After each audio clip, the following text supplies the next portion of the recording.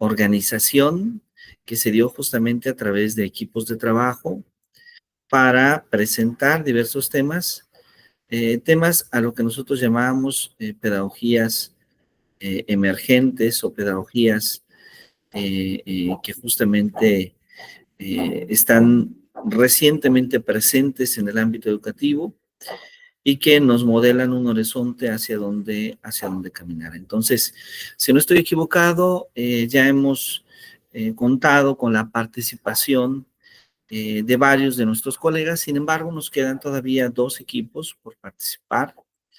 Y bueno, uno de ellos es el equipo de pedagogía del cuidado.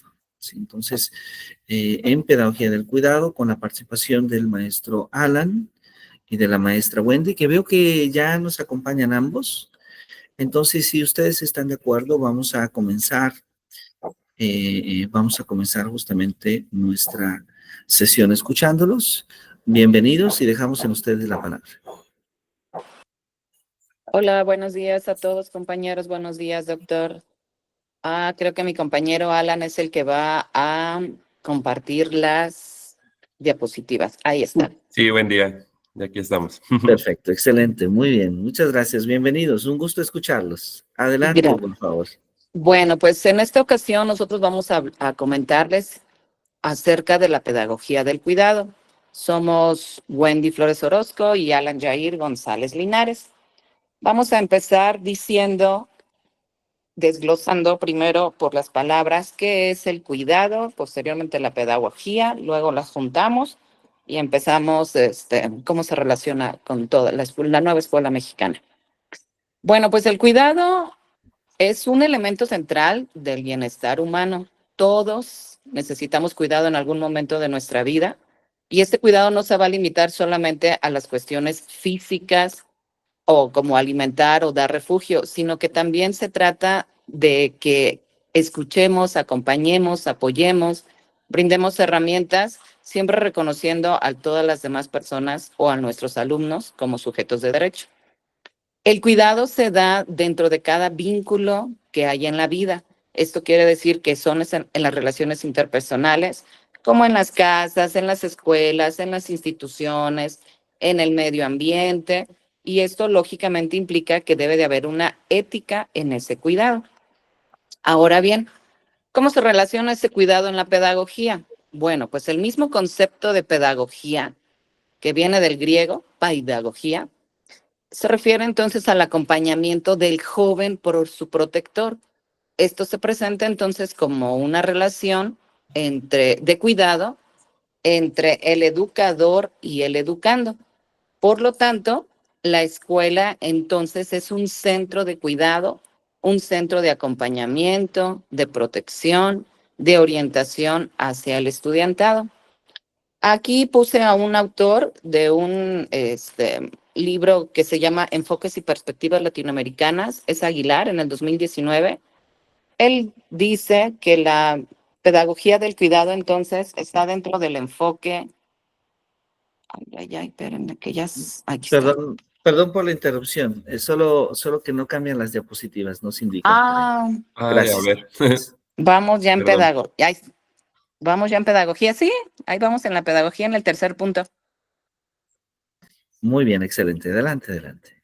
Donde nos dice que una escuela en la que existe la voz del educando que promueve el desarrollo de habilidades y que cuestione y examine de manera crítica cómo ha venido funcionando la sociedad y, lógicamente, cómo podría funcionar. La siguiente, por favor. Buen día, ¿sí cambió? ¿Ya la siguiente? No. No.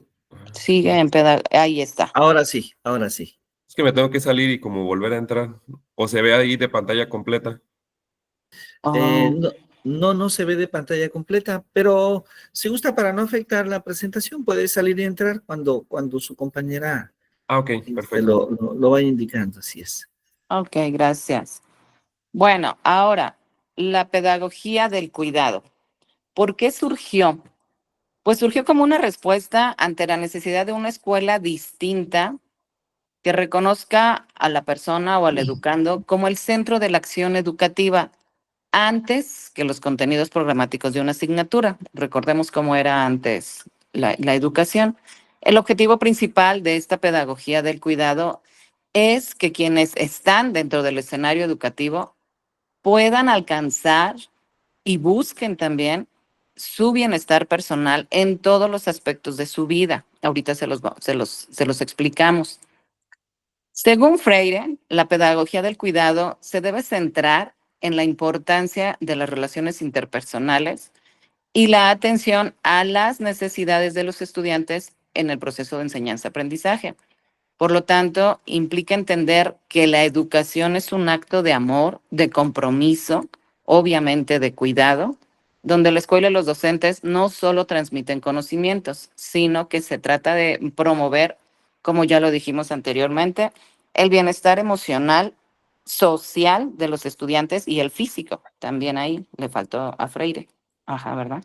La siguiente, por favor.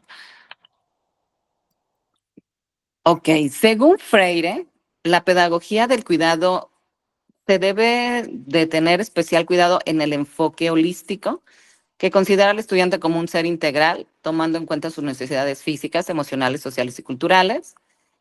También está basada en las relaciones interpersonales, donde se enfatiza en las relaciones de confianza y respeto entre los estudiantes y docentes, así como entre los estudiantes mismos.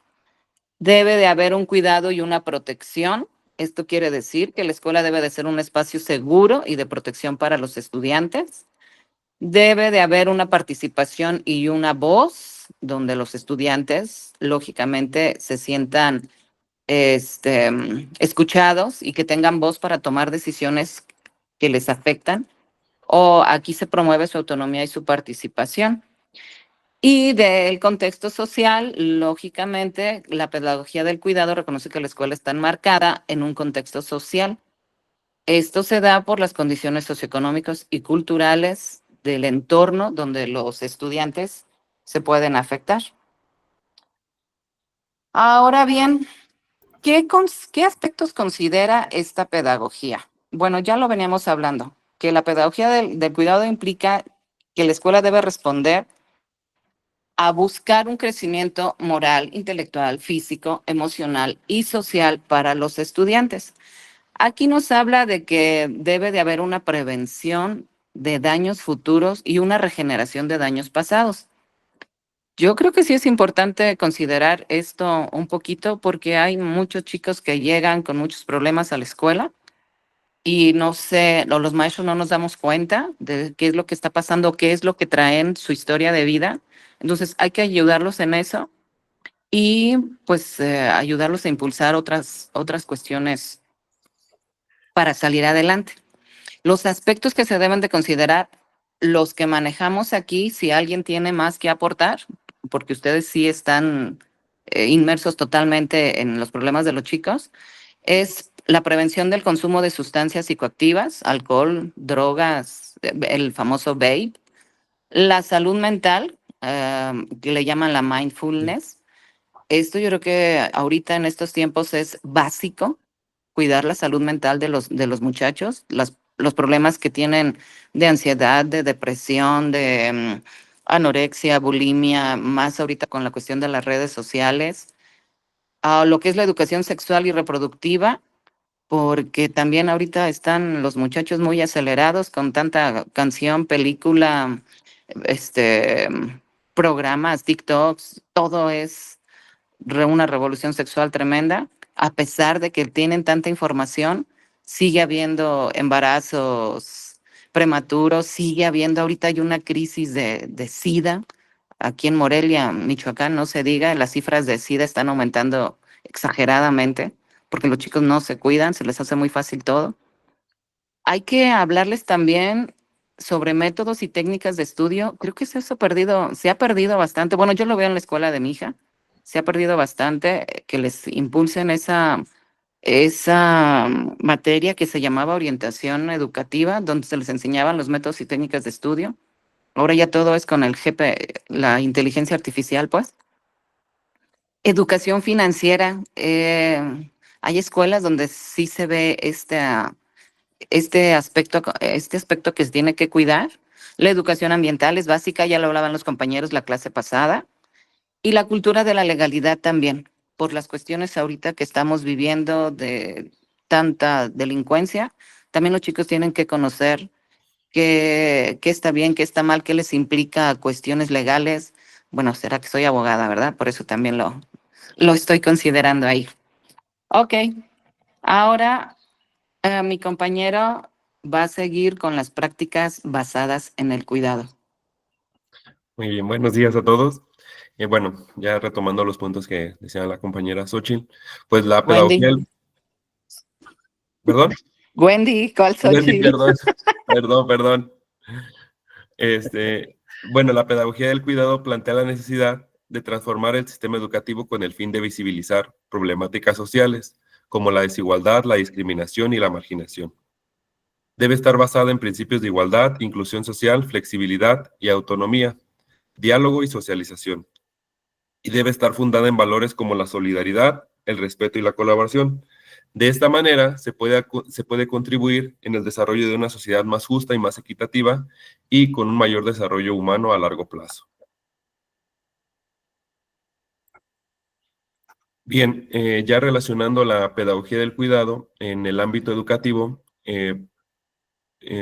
vimos que las prácticas educativas que se pueden emplear en el aula, con base en esta pedagogía, sería priorizar el bienestar de los estudiantes.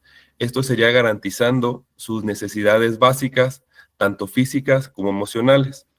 Fomentar el cuidado mutuo, en el cual exista compañerismo entre ellos, se puedan apoyar y puedan solucionar las diferentes problemáticas que ellos enfrenten de manera conjunta. Garantizar los derechos de las niñas, niños y adolescentes, sobre todo de aquellos que se encuentran en una situación donde son más vulnerados. Crear un ambiente seguro y de confianza, donde también ellos puedan expresar libremente sus ideas, sus emociones, sus sentimientos, y puedan lo hagan de manera respetuosa tanto con ellos como con los demás. Resolver conflictos de manera pacífica, como mediante el diálogo, mediante la mediación, en lo cual ellos empleen esas estrategias para evitar situaciones de violencia. Promover la escucha activa, donde ellos también atiendan, puedan expresar primeramente sus necesidades, puedan ser escuchadas por el otro, pero también ellos aprendan a escuchar y atender las necesidades de los demás. Y fomentar relaciones horizontales, en la cual no exista como un rol de jerarquía, digámoslo en el aula, sino que todos puedan participar, puedan opinar y puedan proponer soluciones a las diferentes problemáticas.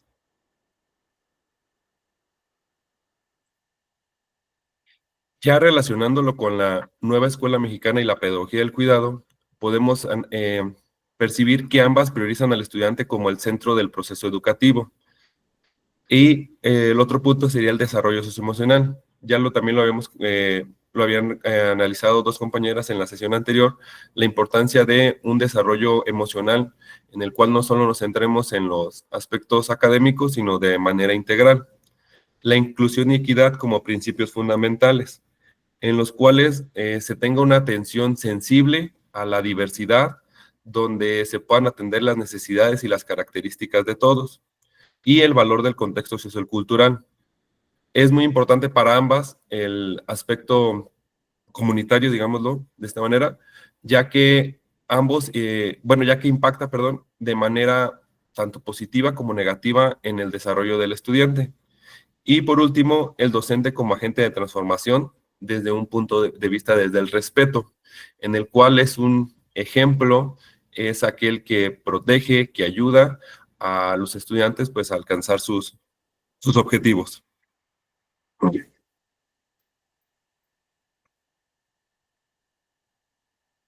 Por lo tanto, la escuela es uno de los tantos espacios donde la educación y el cuidado se hacen presentes. No hay educación sin cuidado, ni cuidado sin educación. Son prácticas sociales inseparables y necesarias para el desarrollo pleno e integral de todos los niños, niñas y adolescentes. Y esta frase última es la que me gustó mucho. Dice: toda actividad educativa implica acciones de cuidado y a su vez todas las acciones de cuidado poseen en sí misma un valor educativo. Entonces van de la mano tanto el cuidado como la educación. Y ya reflexionando un poco, haciendo como un análisis ya de la pedagogía del cuidado y su, digámoslo, aplicación en la vida, sobre todo en el ámbito educativo, pues nosotros observamos que había como ciertos desafíos con la educación del cuidado, con la pedagogía del cuidado, perdón. La primera sería hasta qué punto el cuidado puede interferir con la disciplina y el cumplimiento de normas, perdón, ahí es normas, y acuerdos. Yo lo veo desde mi contexto que pues es muy complicado luego cambiar ciertas prácticas por la cuestión de la educación un poco más tradicional. Entonces, ¿hasta qué punto se puede capacitar o ayudar a los maestros a atender un poco más, hacer un poco más humano el trato educativo, en lugar de únicamente como centrarnos en el aspecto curricular y en el aspecto de solo que los niños estén sentados, en el cual no se les pues atienda de la mejor manera? Y otro desafío que nosotros observamos es quién cuida a los que cuidan. Por ejemplo, sí se plantea que el docente atienda, escuche, em, ayude a resolver las problemáticas, sea mediador. Sin embargo, como todos sabemos, pues al fin y al cabo, al final del día, pues nos vamos quedando como con ciertas cositas que nos vamos de las problemáticas, perdón, que tienen los chicos. Entonces, no sé si en sus instituciones, en sus escuelas, haya a lo mejor espacios en los cuales los maestros se sientan escuchados, así como lo planteamos antes, se sientan atendidos, se les puedan resolver dudas, sean espacios seguros, sean espacios donde se puedan expresar libremente. Yo desde mi punto de vista, pues no los veo y tampoco creo la Secretaría se ha preocupado por atender a los docentes en ese aspecto. Y por último, los contextos, perdón, familiares y sociales de los estudiantes. En este aspecto, como lo veíamos, pues se trata de atender de una manera más humana a los chicos. Sin embargo, desde el equipo que habló de la educación para la paz, ¿qué pasa cuando los chicos nos llegan a las instituciones, a las escuelas, con un contexto de violencia, donde van a chocar esas prácticas a lo mejor que nosotros queremos de atención de cuidado, a unas prácticas en las cuales ellos, pues la única manera de resolver los conflictos, pues es mediante el uso de la violencia? Entonces sí tenemos esos choques en los cuales los chicos, los niños, no saben como cuál sería la manera correcta de resolver esos conflictos. Sin embargo, pues considero que nos toca a nosotros pues ir guiando ahí esas decisiones.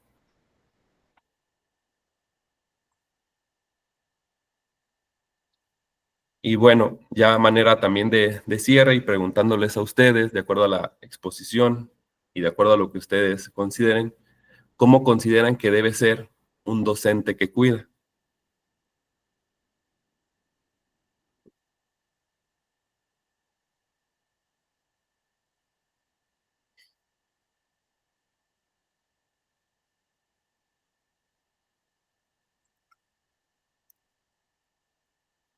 Muy bien, muy bien. Creo que hay una diapositiva más o ahí se termina, maestro Alan. Este, Ahí nada más, que educar desde el cuidado transforma vidas y comunidades.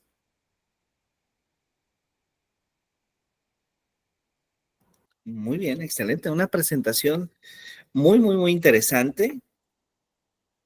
Una mirada novedosa, una mirada distinta de la obra de Paulo Freire. Es importante mencionar, porque a veces situamos directamente a Paulo Freire desde esta postura crítica, eh, que es importante y que probablemente le ha dado una gran fama y prestigio a su obra pedagógica.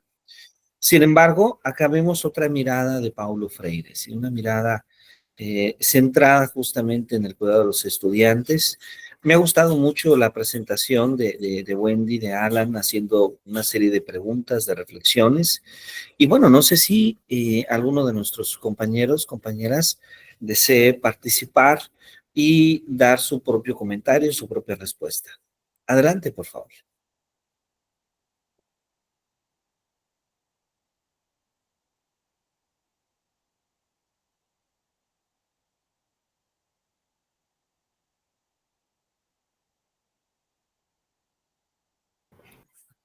Muy bien, maestra Ingrid. Adelante, por favor, si es tan amable. Sí, Y buenos después la días. maestra Mónica. Muy bien. Buenos días, doctor. Buenos días a todos.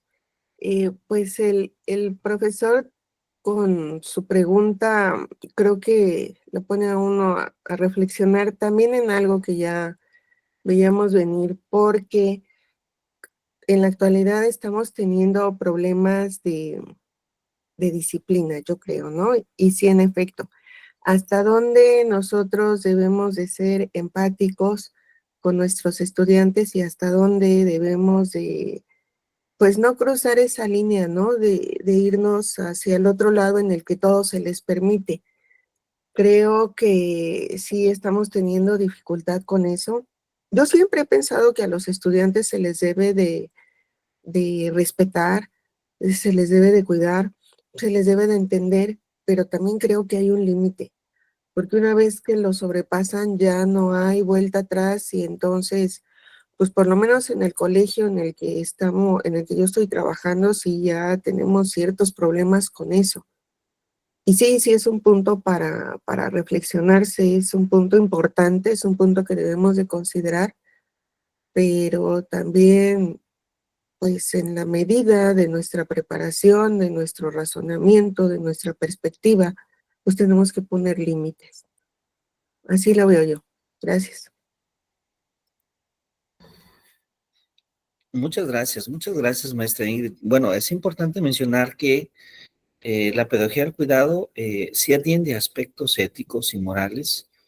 Eh, Probablemente a veces nos quedamos más con la idea de cuidar, pero es una perspectiva amplia, ¿no? Porque hablamos del cuidado de las personas, hablamos del cuidado del medio ambiente, por ejemplo. Y de hecho, en estos dos campos a los que hago referencia, este tipo de pedagogía está teniendo mucho impacto. Pero bueno, antes de hablar más, dejo la palabra a la maestra Mónica Quesada. Adelante, maestra. Muchas gracias. Buenos días, doctor. Buenos días, compañeros. Cuando estaban nuestros compañeros exponiendo, yo me estaba autorreflexionando y bueno, llego a la conclusión nuevamente de que si queremos dar una educación del cuidado, una educación emocional, pues primero debemos empezar por nosotros mismos y ser personas emocionalmente disponibles para los demás. También tener esa cercanía y ser reflexivos ante nuestros estudiantes, porque ahora las necesidades son muy diversas y muy complejas. Y desde este enfoque, bueno, pues nos hacía una pregunta el compañero, ¿verdad? ¿Cómo podríamos ser docentes del cuidado? Yo estaba pensando en algunas cualidades, virtudes que debe tener este docente. Obviamente, pues debe ser empático, tener una escucha activa, debe de tener cercanía y calidez con los estudiantes, respetuosos con la diversidad. Debemos de tener ese cuidado integral con los estudiantes. Hay que fomentar la autonomía y el autocuidado, obviamente, el sentido de comunidad, el sentido de pertenencia. Debemos de establecer con los alumnos límites afectivos claros y que ellos sepan cómo establecerlos con los demás. Y bueno, como les decía, pues, o sea, yo insisto mucho, debemos de empezar por nosotros mismos. Con esto cerraría mi comentario y no sé, igual le estaría respondiendo la pregunta del compañero. Muchas gracias, maestra Mónica, muy interesante. Desde luego está el cuidado a nosotros mismos. Este es un punto muy importante. Esta propuesta pedagógica está teniendo mucho impacto en zonas donde se vive mucho la violencia, y que es importante mencionar porque los estudiantes que viven la violencia de cerca, aquellos estudiantes que se encuentran en zonas de constante conflicto, violencia, guerra, requieren de una atención especial. Y en la pedagogía del cuidado, muchos educadores han encontrado propuestas útiles para poder atender a este grupo de estudiantes.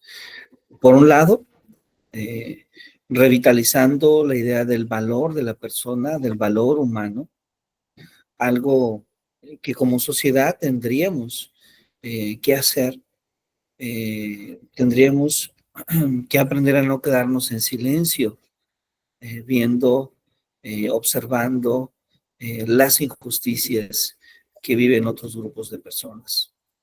Pero también valorando y dándole importancia a la persona y dándole importancia, por ejemplo, a los recursos naturales, porque también la pedagogía del cuidado ha tenido un impacto muy fuerte en cuestiones que tienen que ver con el cuidado del medio ambiente. De hecho, ahí coinciden los términos, el cuidado del medio ambiente. Cómo cuidar el medio ambiente, cómo cuidar nuestros recursos naturales, cómo darnos cuenta que nosotros coexistimos en nuestro planeta y que no somos nosotros los dueños del planeta, sino que el planeta nos brinda la posibilidad de coexistir con nuestra flora, con nuestra fauna, con otras especies. Muy bien, bueno, no sé si alguien más tenga alguna pregunta adicional para nuestros compañeros. Maestro, yo tengo una duda. Claro. Durante el trabajo, la investigación, las lecturas que realicé personalmente, pues, se habla mucho del cómo debe de ser un docente, cómo tienes que enseñar a los chicos en la pedagogía del cuidado del medio ambiente, todas las que hemos visto. Pero no he visto yo una parte de donde haya algún, ¿cómo se le puede decir? Alguna instrucción, hacia los padres.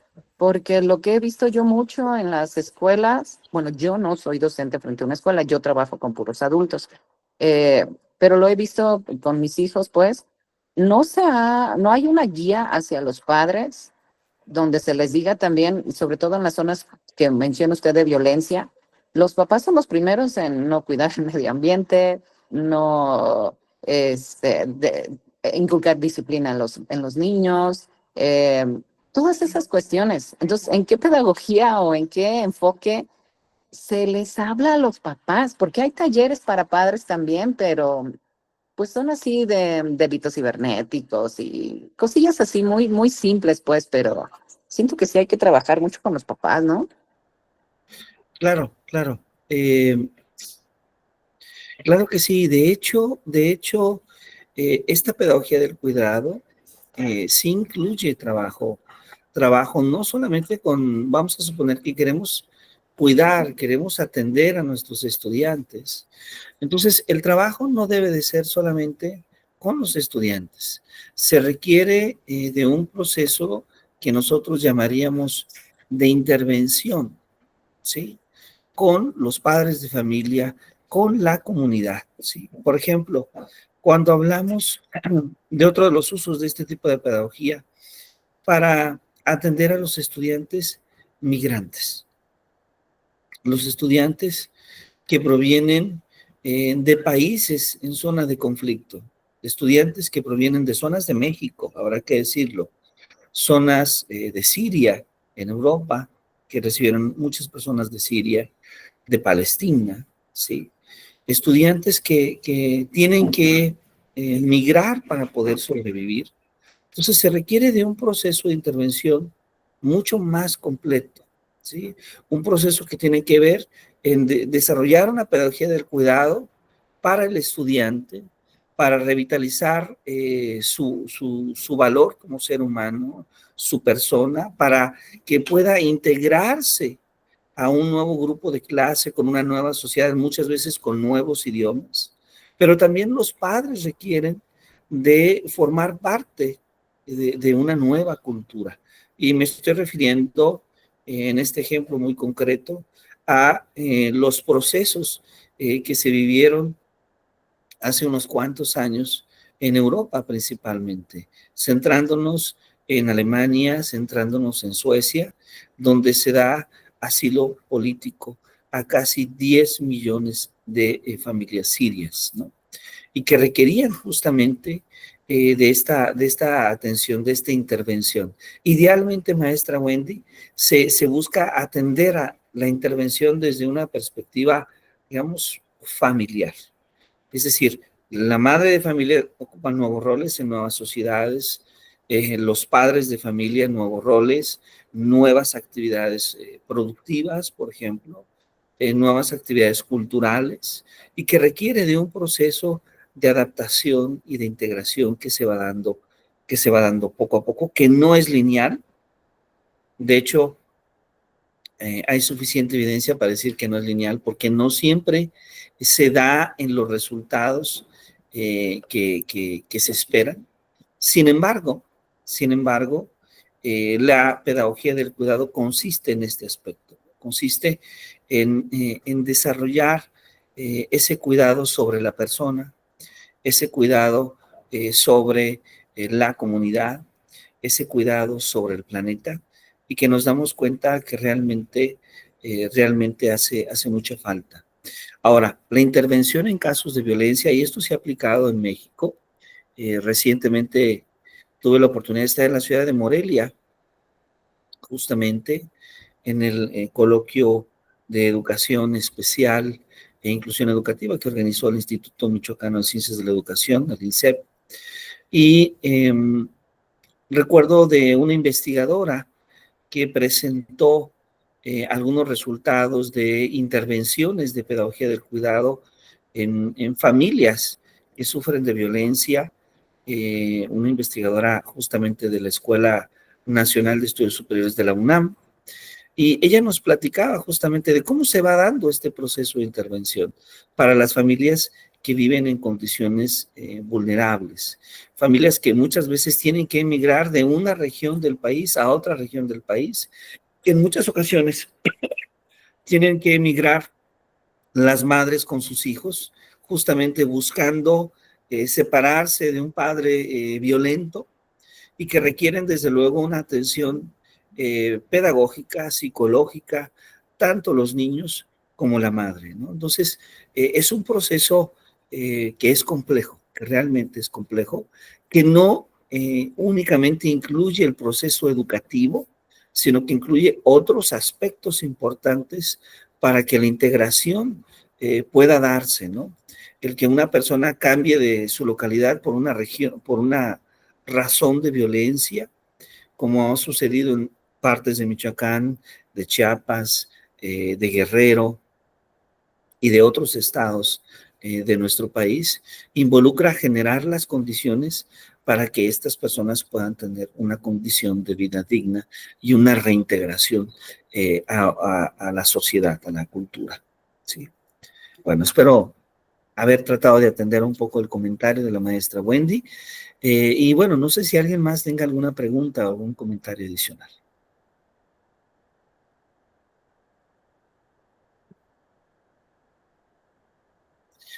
Muy bien, entonces, de acuerdo a nuestra organización, solamente nos quedaría un equipo por participar, que es el equipo de el maestro Hugo y la maestra Jacqueline,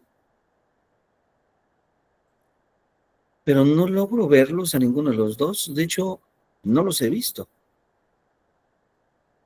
Probablemente solamente en la primera sesión. Y ahora nuevamente no están. Bueno, entonces, en fin, vamos entonces a continuar al cierre del seminario para ser respetuosos de la participación de cada una de las personas. Desde luego, recordemos que este tipo de participaciones están relacionadas con la evaluación que tiene cada uno de los integrantes, que en este caso ha sido una evaluación por pares, porque hemos hecho pues equipos de colaboración a través de grupos de 2 personas. Vamos entonces a hacer un cierre de nuestro seminario. Voy a apagar un poquito mi cámara para poder proyectar a todos ustedes. He preparado una presentación que esperamos pueda guiar nuestra discusión al punto que buscamos. Entonces, bueno, recordemos que estamos hablando justamente de pedagogías para el cambio educativo. Estas pedagogías que de alguna manera surgen de distintos contextos, en distintas situaciones, y que van transformando el aprendizaje y la enseñanza, ¿sí? van transformando, van dándole nuevas formas de ver justamente el aprendizaje y la enseñanza. Y entonces, tal vez lo primero que tendríamos que hacer es recordar por qué hay una urgencia de cambio en la educación, ¿sí? El contexto actual, el contexto en el que nosotros vivimos es un contexto que está en evolución, ¿sí? Podemos ver una evolución tecnológica, una evolución que se debe a la globalización, pero también podemos darnos cuenta que enfrentamos desafíos sociales y ambientales. Estamos en una época en la que nuevamente vislumbramos violencia entre los estados, guerras, desigualdad social, desigualdad en oportunidades. Estamos nuevamente ante sociedades involucradas en racismo, en segregación, en discriminación, pero también enfrentamos desafíos ambientales. Evidentemente, todos somos patentes de un cambio que viene en el medio ambiente, un incremento de temperatura en muchas regiones, decremento en otras. Entonces, hemos sido actores, somos actores del cambio en el medio ambiente y no somos responsables de ese cambio. Entonces, la educación no es estática, la educación se va adaptando a las necesidades, se va adaptando a las formas y esto nos hace crear una necesidad, la necesidad de cambio. ¿Por qué? Porque los modelos tradicionales no responden a las necesidades del siglo XXI. Entonces, surge la necesidad de desarrollar habilidades críticas, de pensamiento crítico, de creatividad, de colaboración, de comunicación. Surge la necesidad de fomentar la adaptabilidad y el aprendizaje a lo largo de la vida. La necesidad de buscar una educación más equitativa e inclusiva. Entonces, ¿qué es lo que nosotros entendemos como pedagogías para el cambio? Bueno, lo primero que habrá que decir es que no son una única pedagogía. Son un conjunto de enfoques, de principios, de prácticas que buscan transformar los procesos de enseñanza y aprendizaje. Y lo que se busca es pasar de un modelo centrado en la transmisión de conocimientos a uno que esté centrado en el desarrollo integral del estudiante, en su autonomía, en su capacidad de acción. Bueno, es decir, ¿cuáles son entonces los pilares de estas pedagogías para el cambio? Lo primero habrá que decir que hay, que comparten diversos principios, ¿sí? Que muchos de estos principios ya están presentes en otro tipo de pedagogías, ¿sí? Por ejemplo, el enfoque en el estudiante, ¿sí? Es decir, el aprendizaje centrado en el estudiante, ¿sí? El estudiante busca ser ese protagonista activo de su propio aprendizaje. Valoramos sus intereses, sus experiencias, sus estilos de aprendizaje. Pero también el docente que participa como un facilitador, como un guía, por un mediador. El aprendizaje activo y experiencial, ¿sí? Aprender haciendo, experimentando y resolviendo problemas reales. Superar la memorización pasiva y también fomentar la construcción del conocimiento. Crear condiciones de colaboración y de socialización del aprendizaje que nos permita ver cómo el aprendizaje es ese proceso social y cómo podemos fomentar el trabajo en equipo, el diálogo, el debate y la construcción colectiva del conocimiento. Ahora, buscamos desarrollar las habilidades del siglo XXI, es decir, poder ir más allá de los contenidos, ¿sí? Poder ir más allá de los contenidos, promover el pensamiento crítico, la creatividad, la comunicación efectiva, la resolución de problemas complejos. Pero también esta evolución que está sufriendo el mundo requiere de nuevos retos, como por ejemplo, fomentar la alfabetización digital y la conciencia global. Crear una evaluación formativa y para el aprendizaje. Una evaluación como esa herramienta que nosotros podemos usar para dar retroalimentación, no solamente para plantear una calificación al final. Y claro, esto le permite al estudiante y al docente poder ajustar, poder mejorar, poder adaptar a las necesidades que nuestros alumnos tienen. Desde luego, atender la diversidad de los estudiantes, su ritmo, sus necesidades, el poder crear entornos de aprendizaje, comunidades de aprendizaje que puedan ser accesibles, que puedan ser justas para todos. Bueno, entonces, ¿cuáles son algunos enfoques para este cambio? Es aquí importante mencionar, ya lo había dicho yo en la primera sesión, que hay varios enfoques, ¿sí? Estos son solamente algunos enfoques, pero en realidad la educación está evolucionando. Algunos de los que ahora voy a comentar ya había en la primera sesión comentado un poco, otros no, otros son nuevos enfoques, pero en lo general vamos a darnos cuenta que hay una gran variedad de enfoques.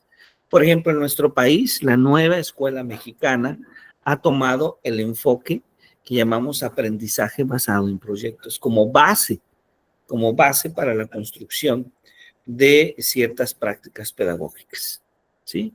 Asumiendo la idea de que los estudiantes adquieren conocimientos, habilidades a través de elaborar un proyecto, ¿sí? Ese proyecto que generalmente responde a un problema, responde a una situación del mundo real que enfrentan nuestros estudiantes. Y ahí hay que desarrollar investigación, planificación, ejecución, inclusive la presentación en muchas ocasiones de un producto final cuando sí lo requiera. ¿Qué beneficios tiene este tipo de enfoque? Pues, por ejemplo, el fomento a la autonomía, al trabajo colaborativo, a la investigación, a la resolución de problemas y a la aplicación práctica del conocimiento. También tenemos el enfoque basado en problemas, ¿sí? Donde los estudiantes se enfrentan a un problema complejo, a veces abierto, un problema que no necesariamente tiene que tener una única solución, pero a partir de él identifican lo que necesitan aprender, ¿sí? Esta metodología ya había aparecido antes en nuestros modelos educativos, desde el modelo de los aprendizajes clave, ya incluía el aprendizaje basado, considerándose como una metodología activa útil en la nueva escuela mexicana. ¿Cuáles son algunas características? Pues se inicia con el problema, los estudiantes investigan, construyen su propio conocimiento para resolverlo. Y claro, este tipo de enfoque desarrolla el pensamiento crítico, desarrolla la capacidad de investigación, de autogestión del aprendizaje y la toma de decisiones. Bueno, estos dos son muy conocidos. Probablemente el tercero también ya lo han escuchado en otros espacios. La gamificación, la ludificación educativa, ¿sí?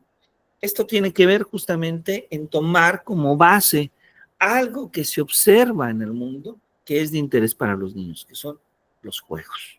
Entonces, aplicar elementos y principios del diseño de juegos en contextos no necesariamente lúdicos, pero sí educativos, para aumentar la motivación y el compromiso, ¿sí? Entonces, hablamos acá de puntos, de insignias, de niveles, de misiones, de narrativas, de tablas de clasificación, ¿sí? Que nos ayuda a aumentar la motivación de nuestros estudiantes, a incrementar el compromiso, la persistencia, el que ellos disfruten de aprender y desde luego también nos puede facilitar la comprensión de conceptos que sean complejos para ellos. Otra propuesta, otro enfoque emergente es el aprendizaje servicio. es importante mencionar que muchos de estos enfoques no son inmediatamente nuevos. Si revisamos los orígenes de estos enfoques, vamos a ver que estamos hablando de enfoques que surgen en los 70s, en los 80s. Es decir, estamos hablando de perspectivas que ya tienen algunos años como propuestas educativas, pero que hoy en día son tendencia en el mundo. Esto sí podemos decir, que son tendencia en el mundo. Bueno, este aprendizaje, servicio, que lo que busca es que los estudiantes aprendan al participar de manera activa en un proyecto. Generalmente es un proyecto de servicio a la comunidad. Y claro, este proyecto de servicio a la comunidad está también conectado con los contenidos académicos que son necesarios para poder desarrollar esa actividad. Este aprendizaje de servicio, que es una estrategia extraordinaria que se empezó a ver en algunas partes del mundo en campos tan importantes como la medicina, es decir, estudiantes de medicina, estudiantes de veterinaria, docentes, esto es muy importante, tanto así que gran parte de las escuelas normales en el país desarrollan un sistema de prácticas profesionales que de alguna manera atiende ciertas características de este enfoque pedagógico. El poder conocer qué es un docente, cuáles son sus responsabilidades, cuál es su rutina, cuál es su práctica, ayuda mucho a que los estudiantes que desean ser docentes puedan elegir, puedan tomar decisiones adecuadas. Bueno, desde luego, combina objetivos de aprendizaje con un servicio a la comunidad. Y esto fomenta la ciudadanía activa, la empatía, la responsabilidad social, el aprendizaje significativo y también la aplicación práctica de conocimientos en un contexto real. Ahora, muy probablemente ya habían escuchado el aula invertida, ¿sí? Que es un quinto enfoque. Esta aula invertida que nos habla justamente de invertir este modelo tradicional. ¿Sí? Es decir, los contenidos se revisan en casa a través de videos, a través de lecturas, y el tiempo del aula se dedica a actividades prácticas, a la resolución de dudas y al trabajo colaborativo.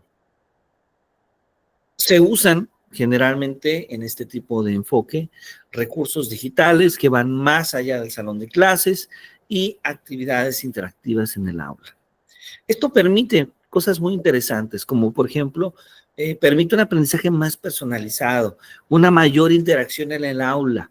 El docente se centra más en la aplicación y en la profundización del conocimiento y los estudiantes van avanzando a su propio ritmo. Desde luego, este es un enfoque que requiere de un alto compromiso por parte de los estudiantes que participan en los procesos educativos. Bueno, entonces, estos son algunos ejemplos de enfoques pedagógicos. Otros más podemos sumar de nuestra primera sesión de clase. Pero, ¿cuál es entonces el papel del docente en el cambio educativo? Por una parte, podríamos decir que el docente va de ser de un transmisor a un facilitador. Es decir, asumimos la idea de que el docente, las maestras y los maestros no son los únicos que poseen conocimiento, pero son la mejor guía para acompañar el proceso de aprender. Es así que entonces el docente se convierte en un diseñador de experiencias de aprendizaje, en un creador de entornos ricos, de entornos desafiantes, que ayuden a promover la investigación, la colaboración, la creatividad, ¿sí? Un investigador también de su propia práctica, que puede reflexionar constantemente sobre sus metodologías, que puede evaluarse y que puede ajustarlas a las necesidades de sus estudiantes. Un docente que puede ser mediador y motivador, que puede fomentar la curiosidad, la autonomía, la resiliencia en los estudiantes.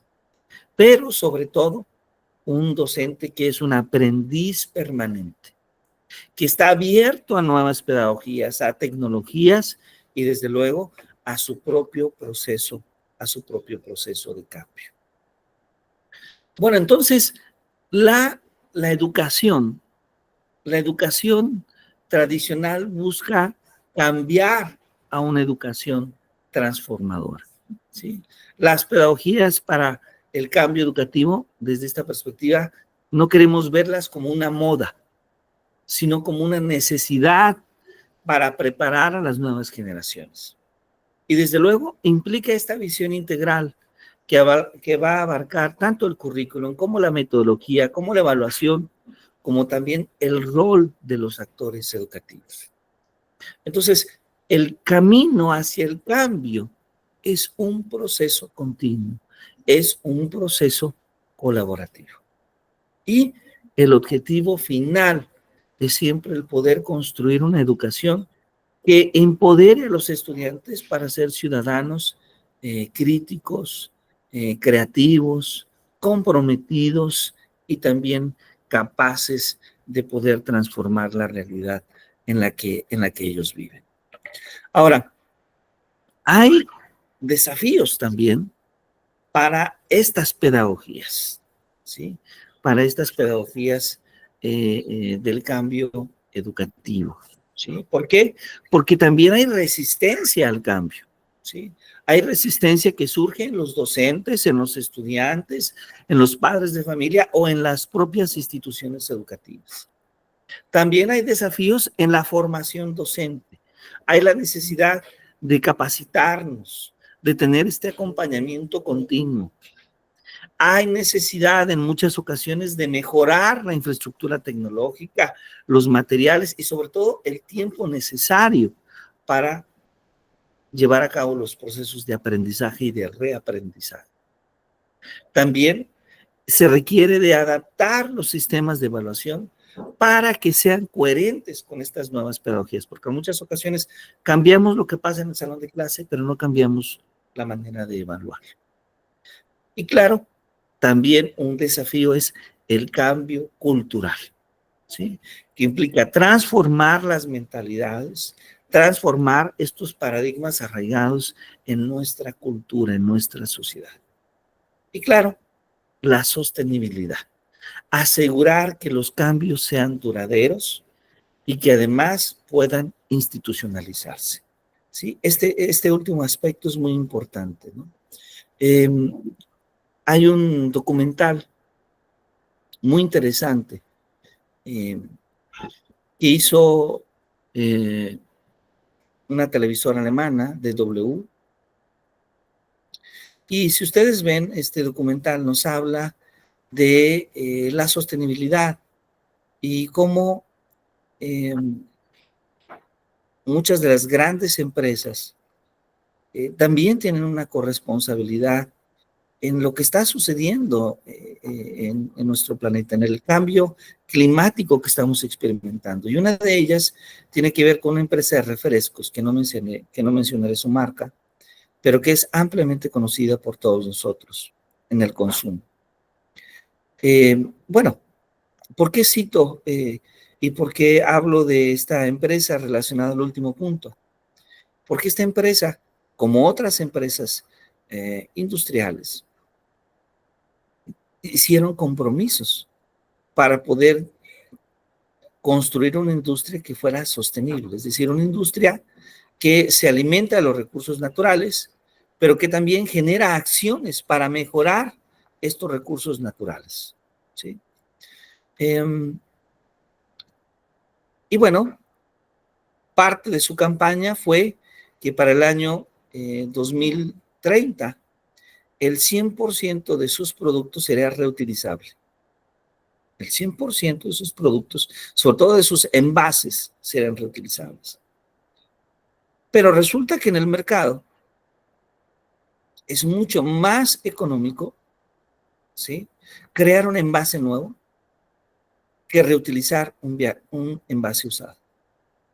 Y más aún, en el entorno legal es mejor, es económicamente, es preferible para la empresa usar un envase nuevo y pagar la multa por usarlo que reutilizar un envase ya usado.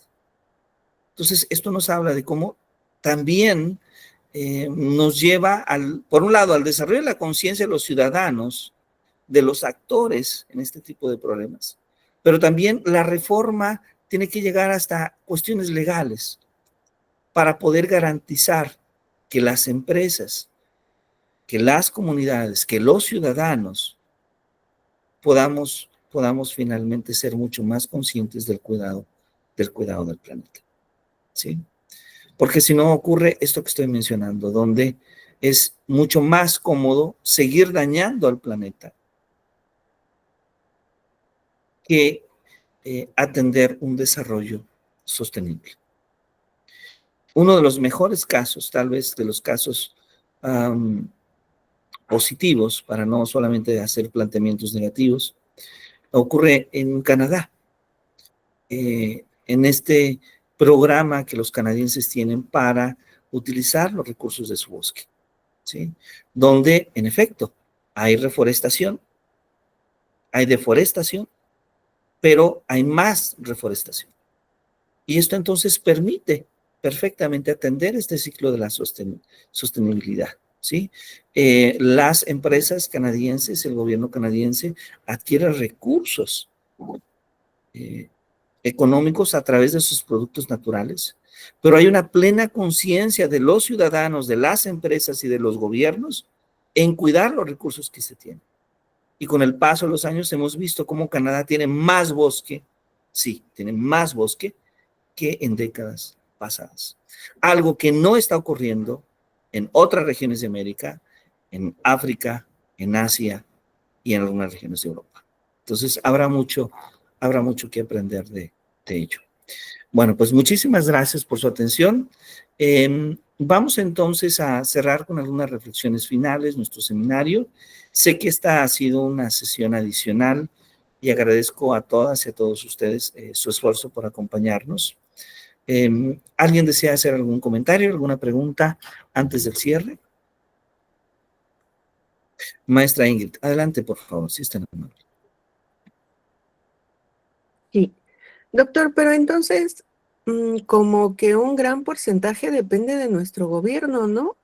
Porque si justo se quita una porción de árboles, hasta donde tengo entendido, pues debieran de sembrar por lo menos la misma cantidad de árboles que quitaron. Y en nuestro país, pues así no pasa. Muchas gracias, maestra Ingrid. Gracias por este comentario.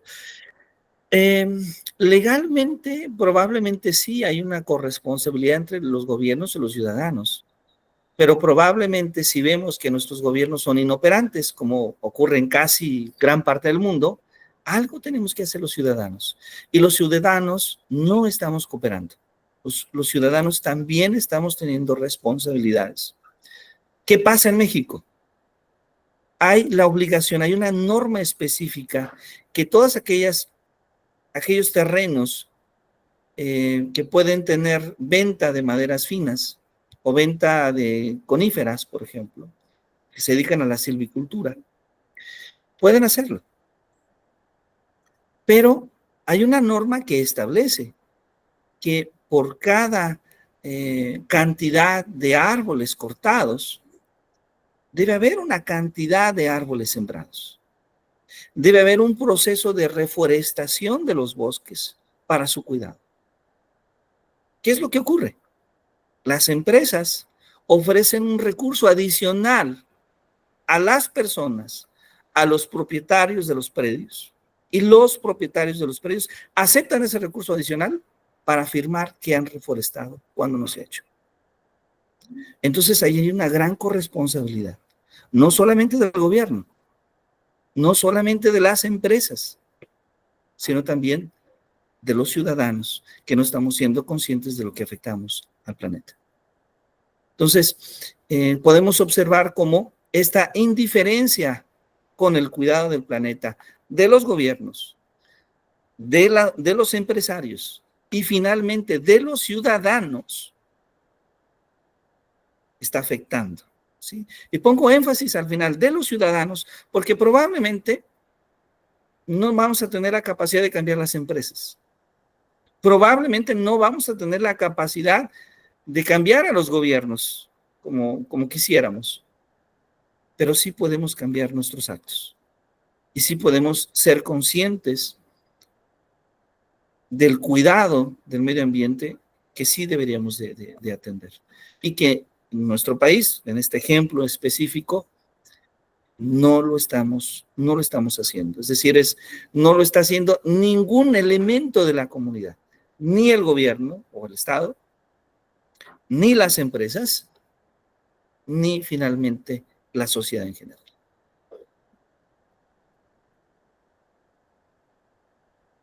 Es triste, pero así lo es, maestra Ingrid. Gracias, doctor. Muy bien, muchas gracias. ¿Alguien más tiene algún comentario, alguna pregunta? Profesor Francisco, adelante, si es tan amable. Doctor, tengo una duda, buenos días. ¿Tenemos hasta el 5 de julio para publicar 13 artículos o se va a alargar el tiempo? Gracias por su pregunta.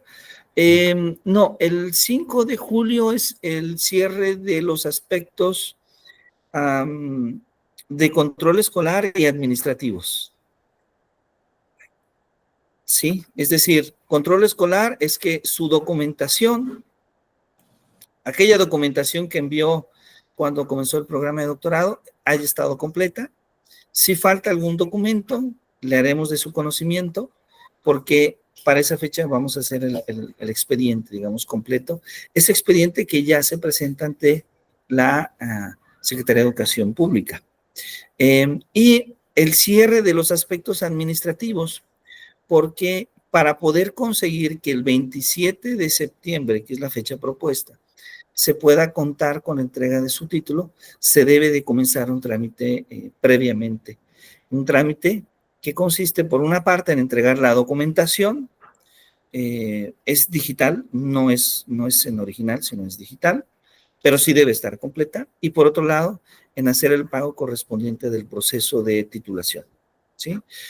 ¿Hasta qué fecha deben de estar publicados los trabajos? Bueno, hasta antes del 27 de septiembre, no del 5 de julio, sino del 27 de septiembre.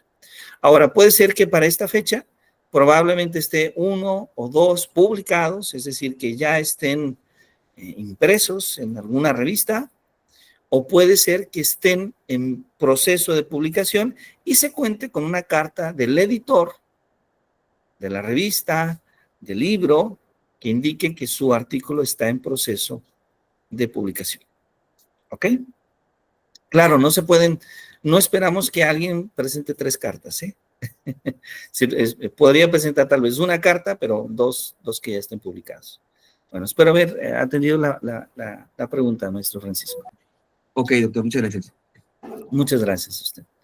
Bueno, pues entonces agradezco profundamente su atención a esta sesión especial. Yo sé que el 4º sábado de cada seminario ya es un día casi más de descanso, pero agradezco mucho que nos hayan acompañado. La intención era poder escuchar las últimas presentaciones. Nos faltó un equipo de presentar, ya no habrá oportunidad para ello, porque pues el tiempo pasa y se cierra el ciclo de este seminario, pero el próximo sábado iniciamos un nuevo seminario. Estará muy seguramente con ustedes la doctora Corina Lloris Villasana, que tendré el gusto de presentarla. Y bueno, pues simplemente agradezco a todos su atención, deseo que tengan un extraordinario día y muchas gracias por acompañarnos en este programa de doctorado. Estamos ya en el cierre del programa, entonces, pues bueno, muchas felicidades por ello. Agradezco sus atenciones y que tengan un muy bonito fin de semana. Hasta luego. Muchas Bonito gracias. fin, hasta luego. Hasta luego. Que la pasen muy bien. Muy bonito fin de semana. Que estén Adiós. bien. Hasta luego. Hasta luego. Bye.